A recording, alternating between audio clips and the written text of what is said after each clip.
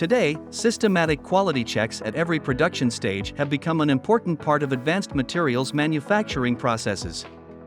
When out-of-control occurs, production engineers will need to investigate the SPC charts to identify the root cause. With that in mind, how can we keep track of all work-in-progress activities and statuses of all raw materials in production lots? There is a solution that enables you to carry out effective root cause analysis by analyzing each step of the production process and measurement results.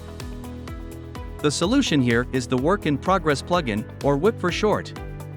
All quality information on your supplier incoming materials will be linked to the WIP plugin, and you can effectively reference past data, down to the exact timeframe of a specific step in the process. It combines both your quality result together with process information, and you can easily access all these information to perform effective root cause analysis, thus maintaining high quality standards. You get to quickly locate the defective materials and carry out a containment action by tracing back detailed information at different stages of production. Take root cause analysis in your production to the next level. There are much more space chart plugins available to make it easier for you to run your production.